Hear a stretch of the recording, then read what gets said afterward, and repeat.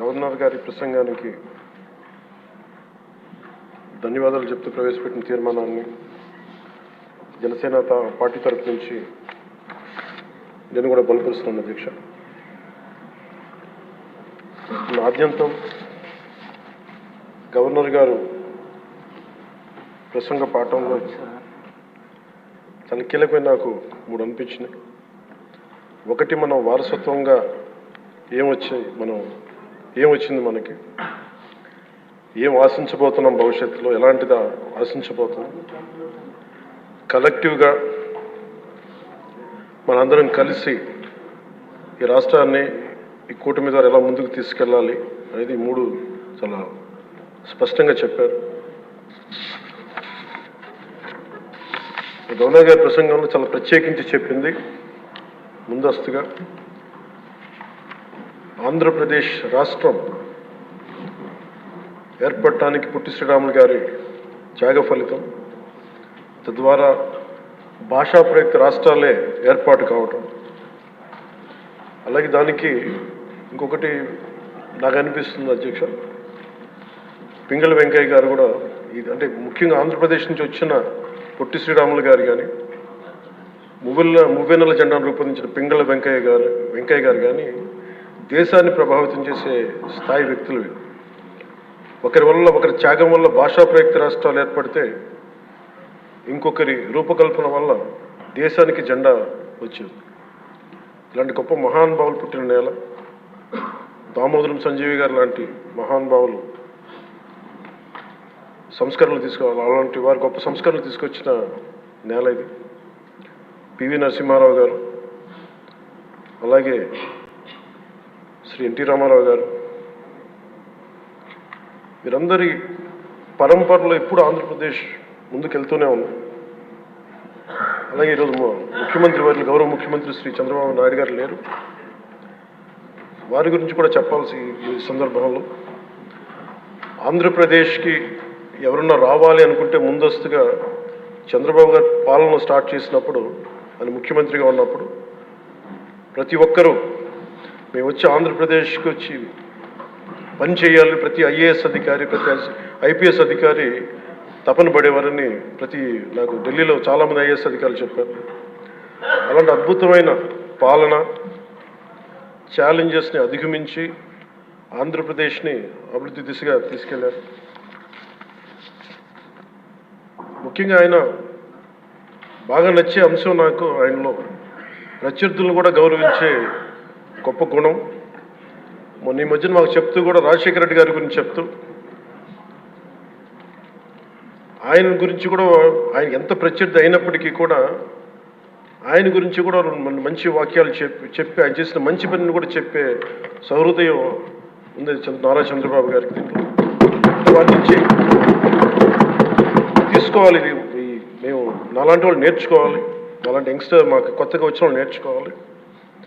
అలాగే కర్నూలు 1953లో కర్నూలు రాజధానిగా వచ్చింది. ఎప్పుడు మనకి ఇన్ని సంవత్సరాలుగా, ఇన్ని దశాబ్దాలుగా ఇంకా కొట్టుకుంటూనే ఉన్నాం. అన్ని రాష్ట్రాలు ఏర్పడ్డాయి, భాషా ప్రయుక్త రాష్ట్రాలు ఏర్పడ్డాయి దేశం అంతా.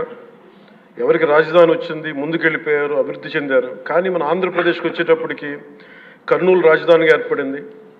కాదని చెప్పి మళ్ళీ తెలంగాణలో కలిపారు. కొన్ని దశాబ్దాల తర్వాత మళ్ళీ విభజన జరిగింది, మళ్ళీ రాజధాని కోసం ఎత్తుక్కుంటూనే వచ్చాం.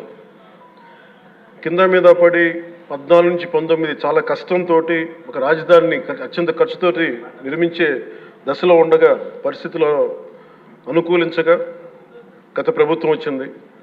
వాళ్ళు 3 రాజధానులు తీసుకొచ్చారు. ఎప్పుడు కూడా ఇన్ని సంవత్సరాలుగా, ఇన్ని దశాబ్దాలుగా మనకు స్థిరమైన రాజధాని అనేది ఒకటి లేదు.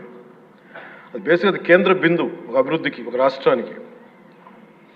ఈసారి మటుకు చంద్రబాబు గారి ఆధ్వర్యంలో, గౌరవ ముఖ్యమంత్రి చంద్రబాబు గారి ఆధ్వర్యంలో ఇంకెప్పటికీ భవిష్యత్తు తరాలు ఇంకెప్పుడు ఏది రాజధాని, ఒక రాజధాని 2 కాకుండా అమరావతి రాజధానిగా ఉండాలి, దాన్ని ముందుకు తీసుకెళ్ళాలి. దానికి మేమందరం సహకరిస్తామని ఈ సందర్భంగా మీకు తెలియజేసుకున్నాం అధ్యక్ష. అలాగే మనం వారసత్వంగా వచ్చింది, మనం పొట్టి శ్రీరాములు గారి దగ్గర నుంచి, పింగళి వెంకయ్య గారి దగ్గర నుంచి మువ్వెన్నెల జెండా, భాషా ప్రయుక్త రాష్ట్రాలు వస్తే చెడు కూడా అట్లాగే మనం వచ్చింది అధ్యక్ష. మనకి గత ప్రభుత్వం మనకు అందించింది